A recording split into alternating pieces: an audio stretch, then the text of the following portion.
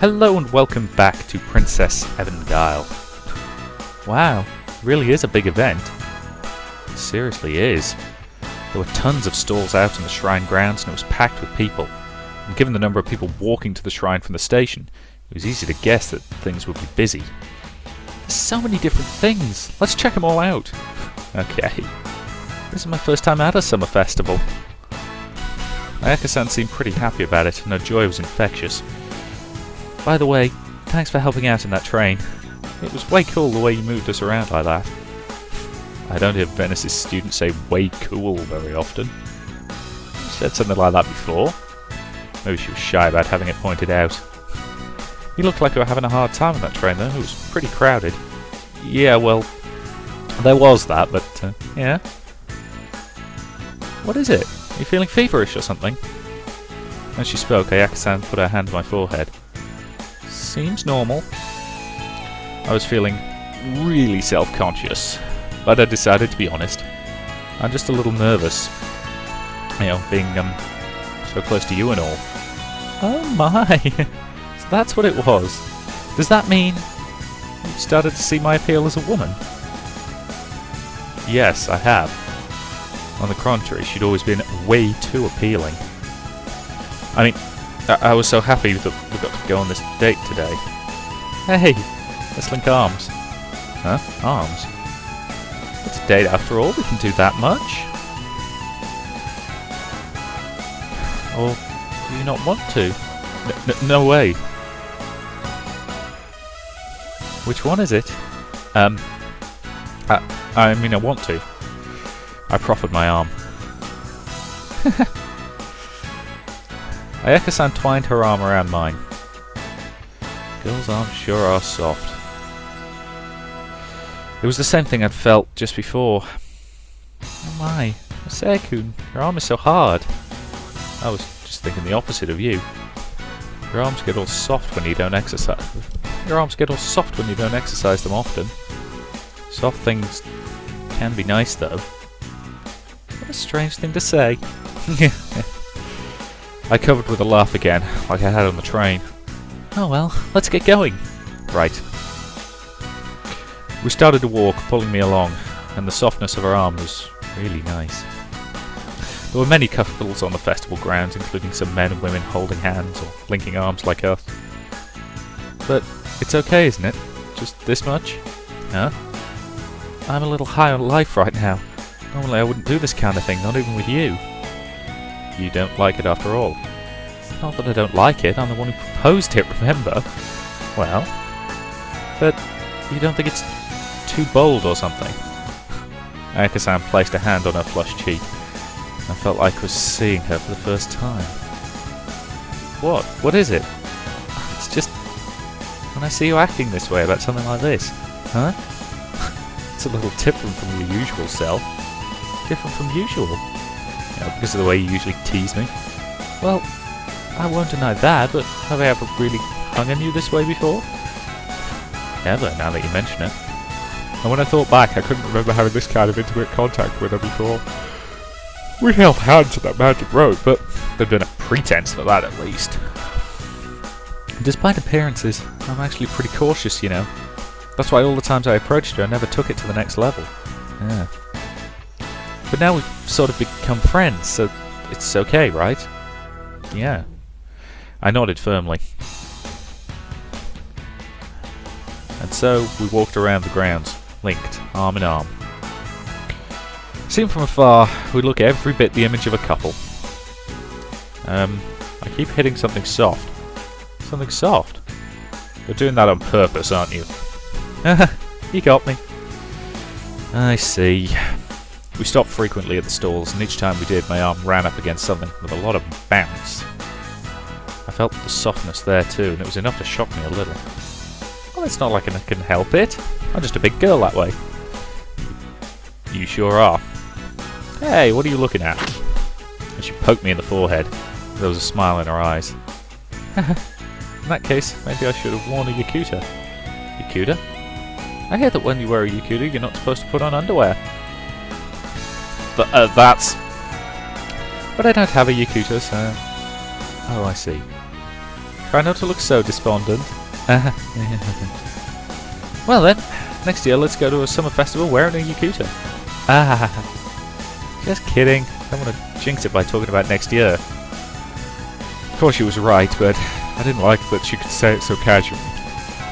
No, we'll go again. Next year.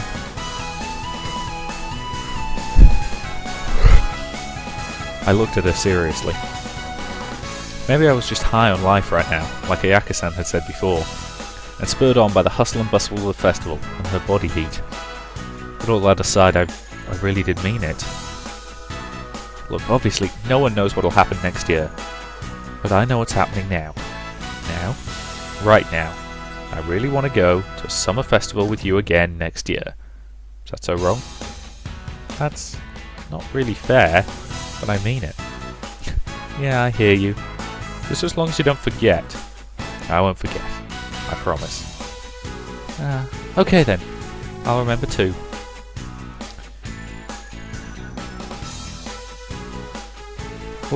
What's that? Oh, candied apples. Candy. Sure, let's try it. Okay. We bought 2 from the stall, and it might have been my first time eating a candied apple. My, it's bright red. Must be food colouring. Ayaka-san took an experimental lick. It's quite tasty, isn't it? My tongue darted and danced around it. I realised that I was staring, and quickly turned my attention to my own apple. Yeah, it's deliciously sweet. Princess's eating habits prioritise nutrition. This is a nice change of pace. We walked around the round until there was nowhere left to go, and I stepped away from her. Ayaka-san, what you said last night. I wanted to know about your relationship with Ritsuki-chan. Oh, hey, look at that, Masaya-kun. Huh? And she pointed to a corner of the shrine grounds. I knew she was trying to distract me, but I didn't press the issue. We haven't tried that yet. I'm pretty thirsty. Let's get something to drink. I thought we'd visited all the stalls. I was pretty sure there was a reason we didn't stop at this one, but... Oh, what was it again? It wasn't until we got there that I remembered. Here, have one. She had a paper cup in each hand, and handed one to me. I took it tentatively. Are you sure we should be doing this? That can't be bad, can it? Even children can drink sweet sake. Oh, sweet merciful God, sake. Are you mental? Of all the things you could be... I appreciate it's very traditionally Japanese, but at the same time, oh God, sake. It is lethal.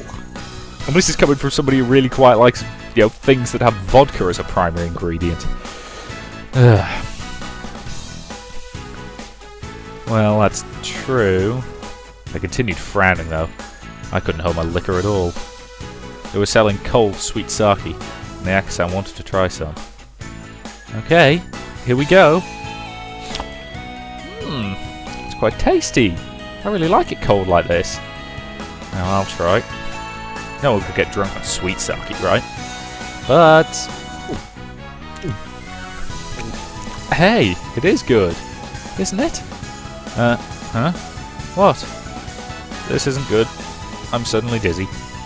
You're joking. No, I'm serious. As I spoke, the world around me grew foggy, and I felt my heart start to race in my chest. Wow, you're a lightweight! You know, put it this way, I was out in Durham a couple of nights ago, and between the two of us we got through 2 double vodkas each, and then 2 bottles of wine. So, yeah, we were very, very drunk. But we were not, you know, and yeah, granted the fact that it's great when we finish the first bottle of wine and we're like, we're both really drunk. Yeah, should we be thinking about heading home? I don't know, what time is it? It's 7:10. I'll get another bottle. Needless to say, we nursed that one bottle for quite a while. Still not entirely sure how we managed to be that drunk at 7:10, but whatever. My head was pounding too, and I felt like my legs would give out. Are you okay? Should I call you an ambulance? No, won't be necessary. I'll feel better after a rest. Can we go home now? Yes. We headed for the shrine entrance, but I ended up staggering. Ayaka-san supported me. Okay, at this point you're going to want to find a tap and just get about 2 pints of tap water down him. That'll sober him up pretty fast. I'm sorry. I never thought sweet sake would have this kind of effect. It's okay. Ayaka-san pressed her body against mine, trying to support my weight. My heart was pounding, so I couldn't tell if it was my condition or the softness against me.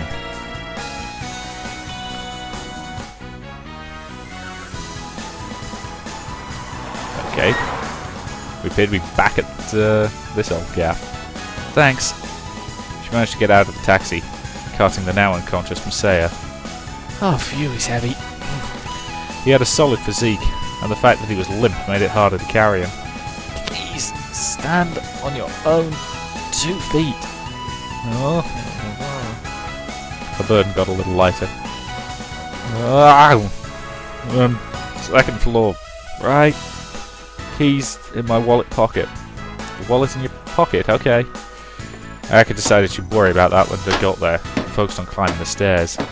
The rusted metal groaned unpleasantly beneath the weight of 2 bodies. Masaya's house was closer than the school, so she decided to bring him here. In his current condition, she reasoned that it would be best to put him to bed as soon as possible.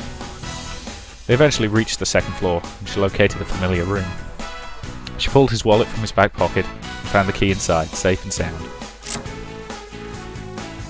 She thought for a moment in the entryway, but decided to step in with shoes on. She was wearing boots, so she couldn't get them off without her hands free. Phew! She rested Masaya safely down on the floor and let out a well-deserved sigh of exhaustion. First, she took off his shoes. It was her first time taking off someone else's shoes, and that felt a little strange. So she put his shoes in the entryway and turned back to ask, Do you want some water? He didn't answer. Oh, I hope he's alright. I don't think he could get alcohol poisoning off sweet sake, but... Phew, I'm feeling a little sluggish too. Despite all this, the day was really fun. She'd almost had no fun at Venice's before Masaya arrived. And then since his arrival, it seemed like every day had been fun. It does feel strange. Before the new school year started, I would never have dreamed anything like this would happen. There was a futon in the closet, so she spread that out and urged Masaya to move on to it. But maybe it was the feeling of being safe at home, or maybe it was just exhaustion, but he didn't respond. He didn't look sick though, so she decided not to worry. Phew. I have to get some sleep too. She curled up on the futon. We'll wake up together tomorrow. There's something funny about that.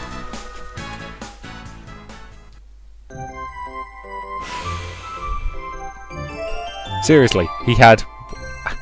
I appreciate sake is bloody strong, but I assume sweet sake is a less potent variant. I felt a pressure bearing down on me. I couldn't breathe. There were people all around me. My body began to jerk and tremble. It was unpleasant having bodies on all sides. In front of me there was something else. Something wonderful. Something comfortable. I wanted more of it. More of that softness. You can come closer. Huh? The hot breath on my neck caused my stomach to itch. Come on. She tugged at my shirt and drew me closer. And she slipped her arms around me, pulled me to her embrace, and I felt that softness against my chest. I was walking through a crowd of people, pulled along by something soft. Hey, I hear that when you wear a yukata, you're not supposed to put on underwear, huh? I wonder what it would feel like to go outside that way. My mouth went dry. Without clothes in the way, without underwear in the way, just to touch them directly. What would it feel like? I wanted to touch them, wanted to sink my fingers into those big, heavy fruits. Hey, what are you looking at? A teasing invited my gaze. Did she? Ayaka-san? I reached out. The fruit stayed just out of my reach. What's that? Looks good. Let's try it. I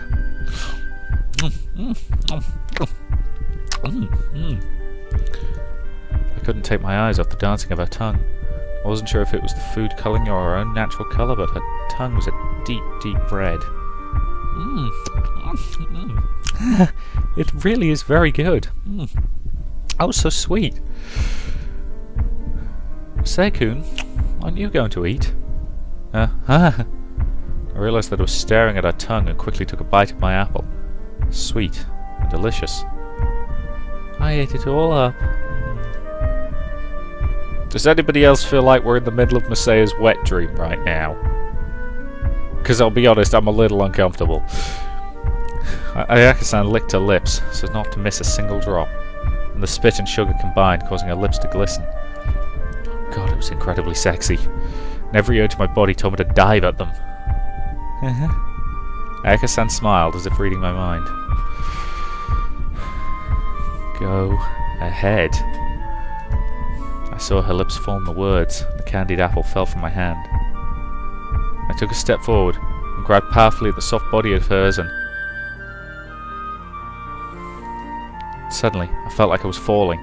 I opened my eyes, but all that greeted me was a splitting headache. That and heat, and a strange heat in a certain part of my body. First I didn't understand what it meant. The pain and dizziness were all too much. My usual morning visitor. But even for him, this was unusually bad. It wasn't actually morning. And I suddenly realised that there was someone in front of me. Who could it be? Strangely enough, it seemed to be the lower half of a person. Her skirt was flipped up and I could see a flash of purple cloth below. And just then I became aware of the sharp pain from my lower half.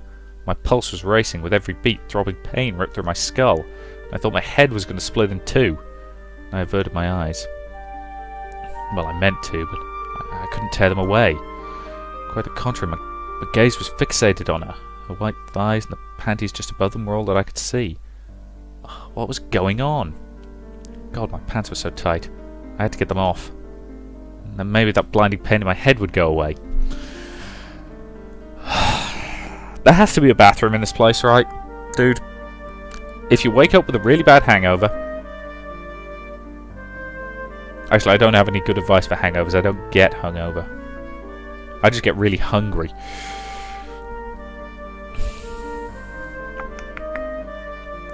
Okay, best advice in this situation. Go to the bathroom, turn on the tap, drink as much water as you possibly can. That will genuinely help. And for God's sake, don't just... Oh, God. Suddenly I was having trouble breathing, and then I was racked by chills. Shaking me to my bone, the chills urged me onwards, and sluggishly I got to my feet.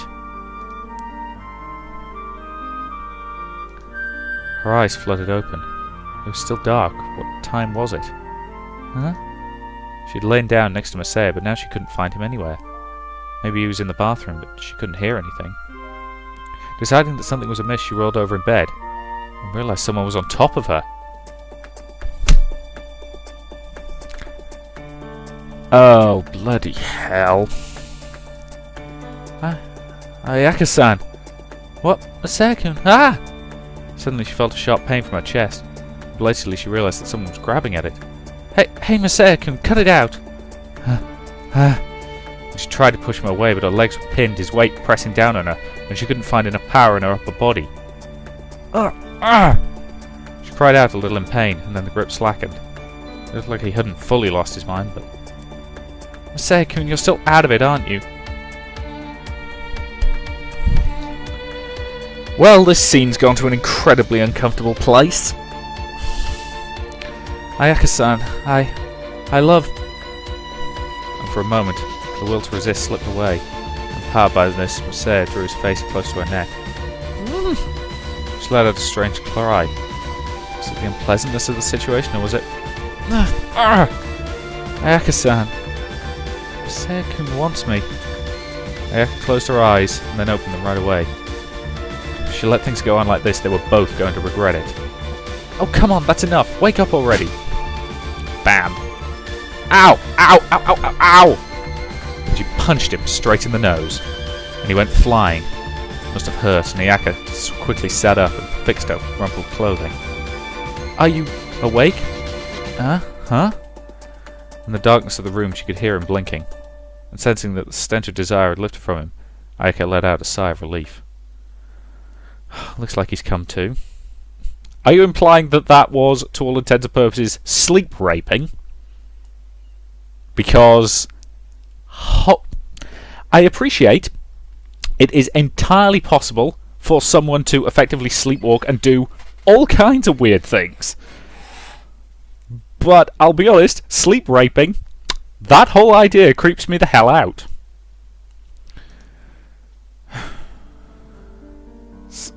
Sorry. I pressed my forehead against the tatami mat. Oh, get up, I'm not mad at you.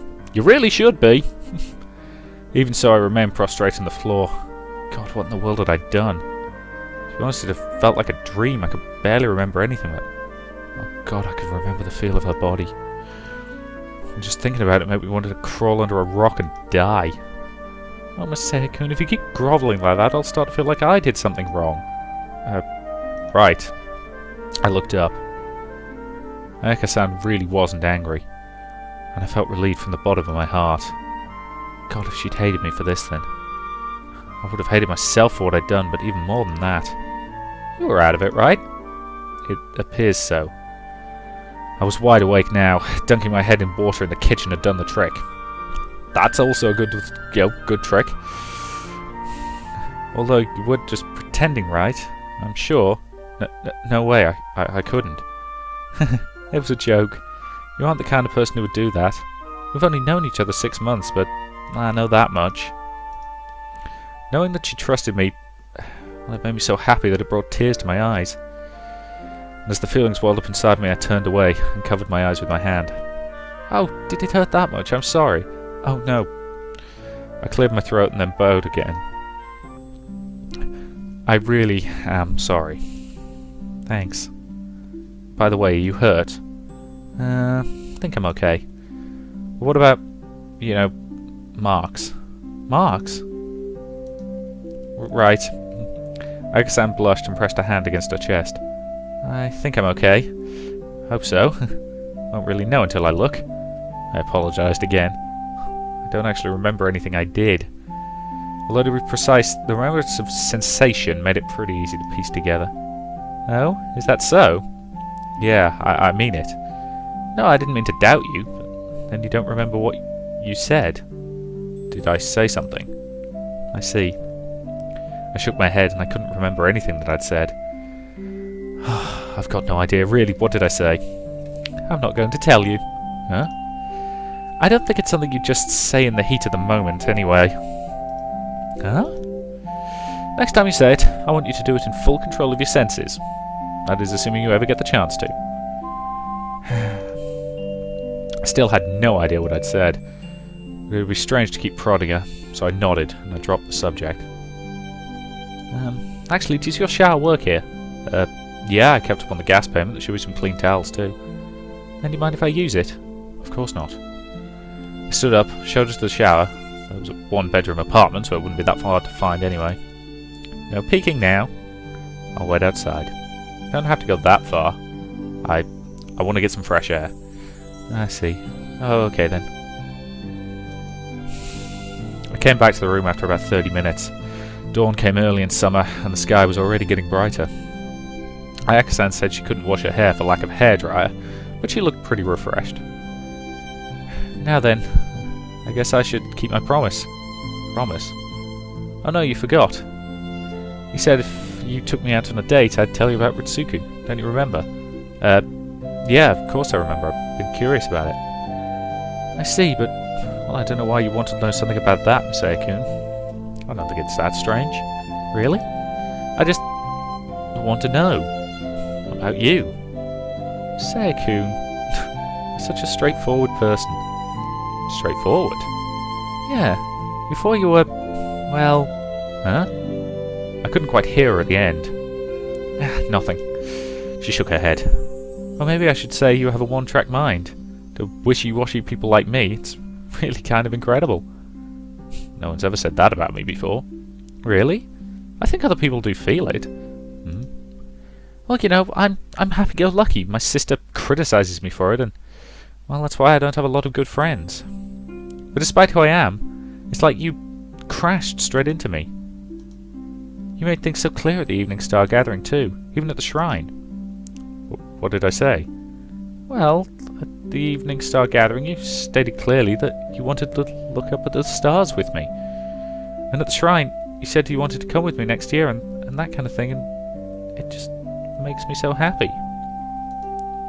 I could feel my heart beating faster. Now that I think about it, it's always been that way. You were straightforward when you came to save me too. That's why maybe sometimes you make me want to charge straightforward too. I'll catch you when you do. Nice line. Well, it's nothing that serious. Look, the truth is, Risuko and I aren't related by blood. Huh? To be more precise, we're half-sisters. We have different mothers. Nothing serious, she said. Couldn't be further from the truth. I felt as shocked as if she'd pushed me off a cliff. Huh. So, given that they both refer to the headmistress as their mother, sudden Basia.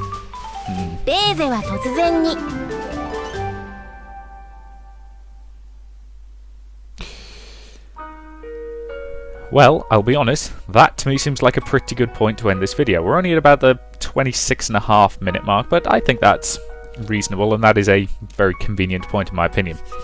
So, I will say thank you very much for watching, and I will see you in the next part.